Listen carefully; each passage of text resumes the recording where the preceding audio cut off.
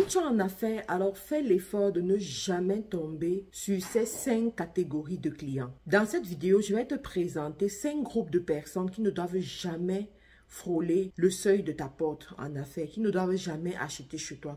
5 types de personnes qu'il faut éviter comme la peste. Carilla Cosmétiques, le secret d'une peau saine. Produit homologué chez Santé Canada.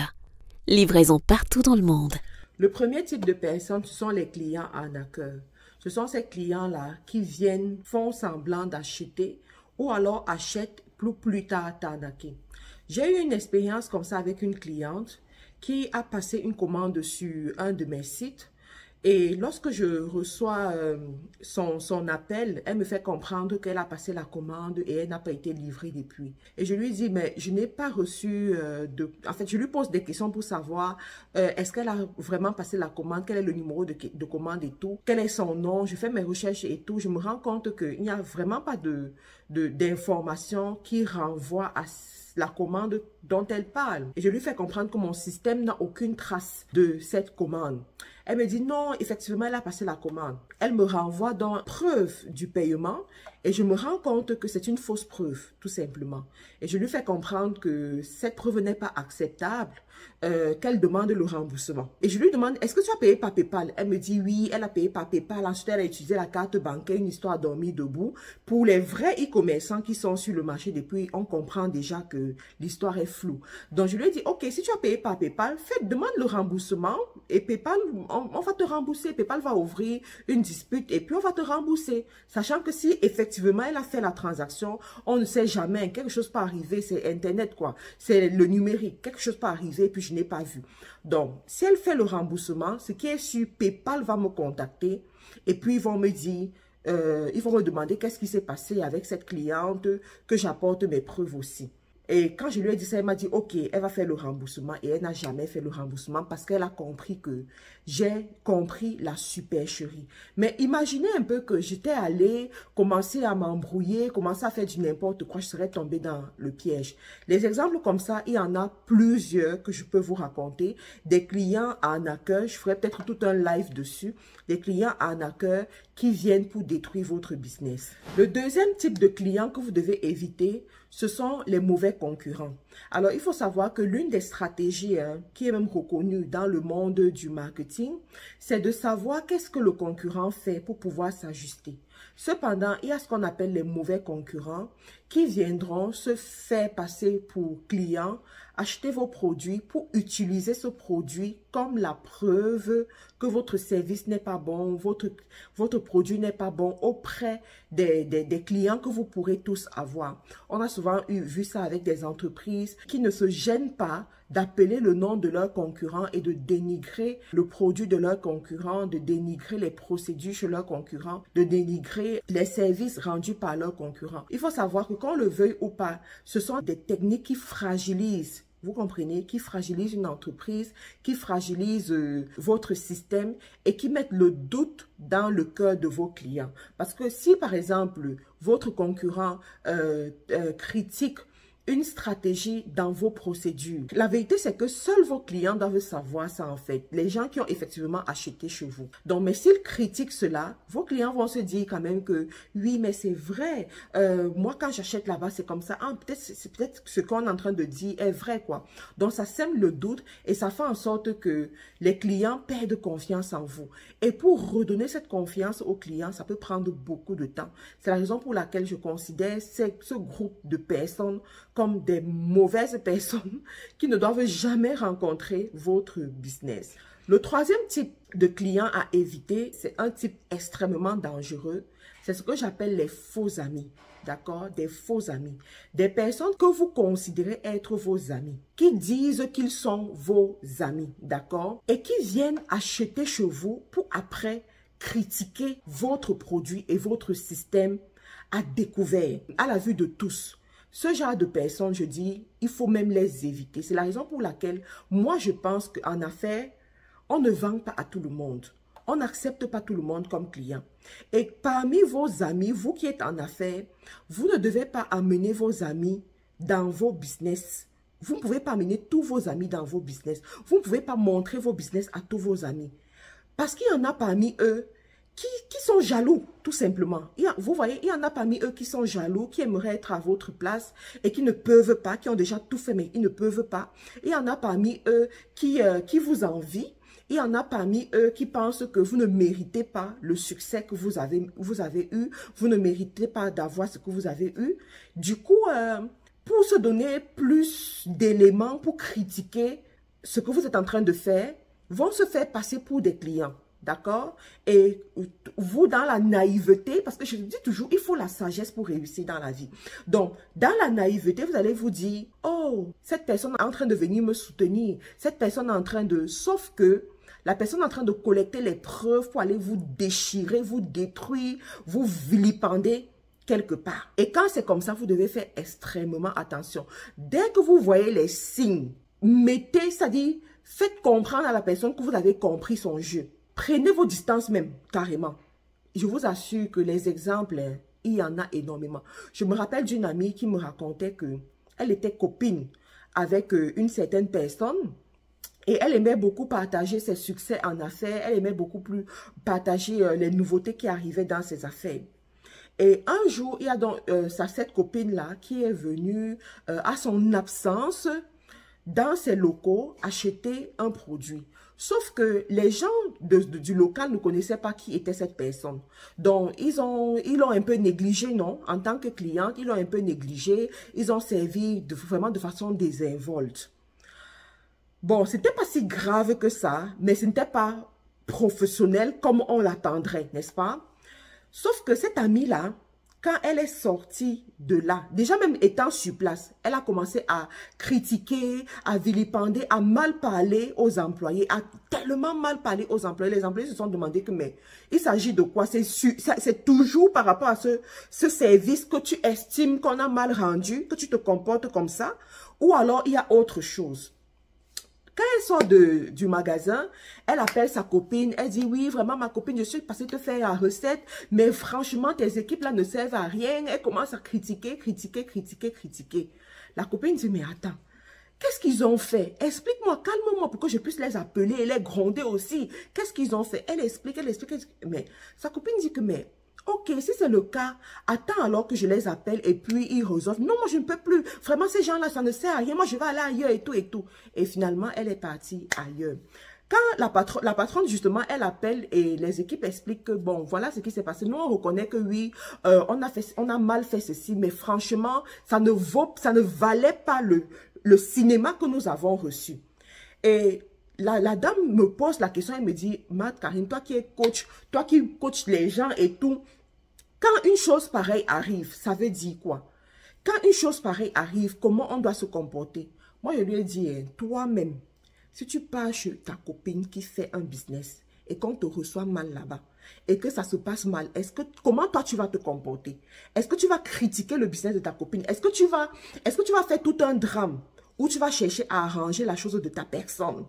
Elle me dit franchement, elle pense qu'elle va arranger parce que si effectivement elles sont copines, c'est pour que leur chose avance en fait. Donc, c'est mieux qu'elle arrange quoi. Elle dit ok, si toi-même, tu ne peux pas te comporter comme ça, tu as ta réponse. Tu comprends? Tu as ta réponse. C'est tout. Donc, je vous assure que le monde des affaires, c'est un monde de jungle. C'est un monde où vous serez surpris. C'est un monde où, en fait... Voilà, mais je dis toujours, la santé mentale est essentielle, d'accord? Parce que un étranger, un inconnu peut venir critiquer ton business. Tu comprends que, ok, c'est l'étranger, mais quand c'est ta personne qui vient et qui fait tout un cycle auprès de tes employés, d'abord, ça fragilise ton autorité auprès de tes employés. Ça renvoie une très mauvaise information. Et en plus de ça, ça donne un poids à la parole de cette personne chez une tierce personne. Si ta soeur fait un mauvais rapport sur toi, je te garantis que les gens vont croire à ce rapport, même si ce n'est pas vrai. Pourquoi? Parce qu'on se dit que ta soeur te connaît. Ta soeur te connaît, ta soeur connaît ce que les autres ne connaissent pas. Ta soeur voit ce que les autres ne voient pas. Donc, si ton ami vient faire un mauvais rapport sur ta chose, les gens vont croire jusqu'à croire ce qu'elle n'a même pas dit. Parce qu'on se dit, c'est son ami. Vous voyez? Donc, c'est une pire catégorie de personnes qu'il ne faut même jamais rencontrer dans ton business. La quatrième catégorie de personnes, c'est les détracteurs. Oh my God, les détracteurs.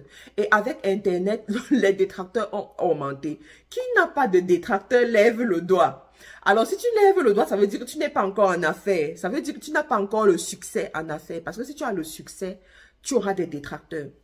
Dernièrement, je suis tombée sur une vidéo sur YouTube où on a cité le nom des YouTubers qui ont du succès et on a commencé à les critiquer et tout et tout.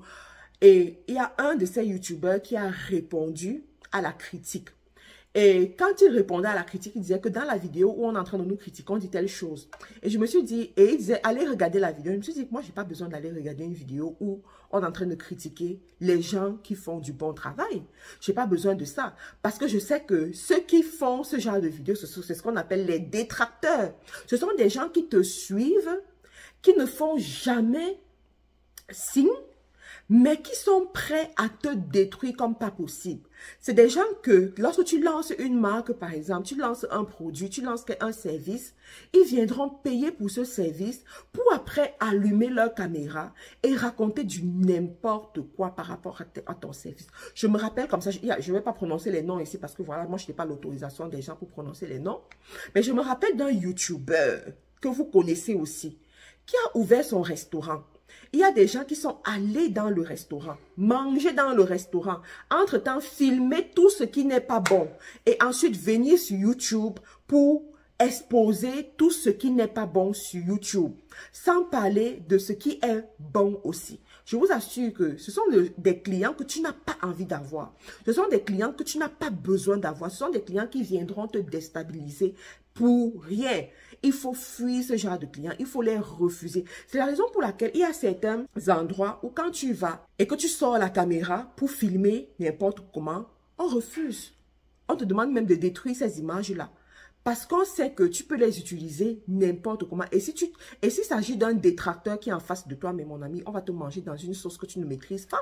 Le cinquième type de client que tu dois éviter, qui viendra te poser des problèmes inutiles, ce sont les clients belliqueux. C'est ce que j'appelle les clients belliqueux. Tout ce que tu peux faire n'est jamais bien pour eux, qui vont s'attarder sur des petites choses pour hausser le ton, pour te manquer de respect, pour te crier dessus, pour mal se comporter, pour voilà et tout. Je me rappelle une fois, il y a une amie qui a un restaurant, voilà, et il y a une dame qui est venue dans son restaurant avec son fiancé, voilà, une Africaine hein, qui est venue dans son restaurant avec son fiancé européen.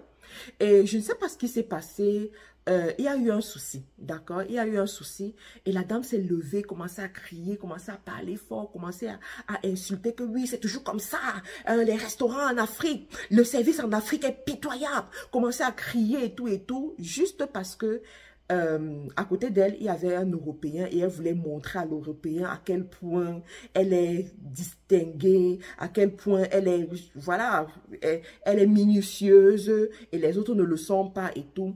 Mais sauf qu'elle s'est fait un scandale pas possible. Et c'est le monsieur qui était là en train de lui dire, non mais calme-toi, tu te fais remarquer, les gens sont en train de te regarder et tout, mais c'est rien, calme-toi et tout.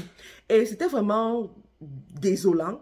Et je vous assure que ce genre d'histoire des Africaines qui sont avec les Européens et qui se comportent mal devant certains services, je peux vous raconter. J'ai eu un cas aussi comme ça dans nos appartements meublés.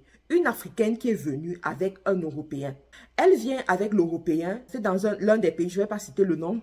Donc, elle vient avec l'Européen et je ne sais pas qu'est-ce que mes équipes ont fait.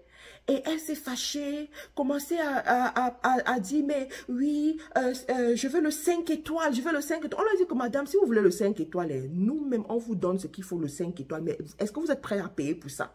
Puisque vous avez même discuté pour avoir la réduction. Vous avez discuté pour avoir la réduction. Nous ne sommes pas 5 étoiles. C'est sûr que nous ne sommes pas 5 étoiles. Nous sommes corrects pour les prix que nous offrons. Mais nous ne sommes pas 5 étoiles. Si tu veux le 5 étoiles, nous-mêmes, on te donne le 5 étoiles. Mais il faut que tu sois prête à payer pour ça. Elle n'est pas prête à payer pour le 5 étoiles. Elle n'est pas prête à payer pour le 5 étoiles.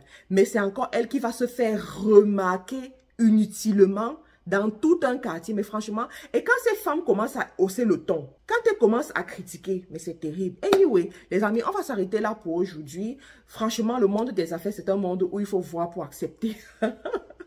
C'est un monde où il faut voir pour accepter. Et moi, je dis toujours, toi, en tant qu'entrepreneur qui veut aller loin, il faut garder ton fair play, d'accord? Il faut garder ton fair play et comprendre que ce sont des bassesses. Le plus important, c'est que tu évolues. Le plus important, c'est que tu grandisses. Le plus important, c'est que tu fasses du chiffre, tout simplement. Parce que c'est les résultats qui feront le bruit pour toi. C'est les résultats qui vont forcer le respect, en fait, chez d'autres personnes. Donc, dites-moi qu'est-ce que vous en pensez dans les commentaires. Est-ce que vous avez déjà rencontré ce type de situation? Vous avez déjà eu ce genre de cas? Mettez-le en commentaire et puis on en parlera. Merci, portez-vous bien et à très bientôt. Vous aspirez à la grandeur. Votre rêve, c'est de bâtir des entreprises fortes et pérennes. Seulement, vous vous tuez à la tâche sans résultat conséquent. Vous perdez beaucoup d'argent dans des investissements infructueux.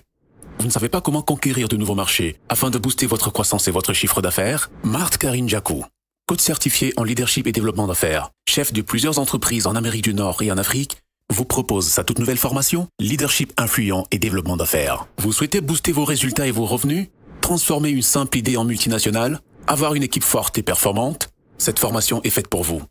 Elle a été conçue uniquement pour faire de vous des leaders et entrepreneurs à succès. Pour plus d'informations, cliquez sur le lien dans la description. Leadership et développement d'affaires, accéder à la grandeur.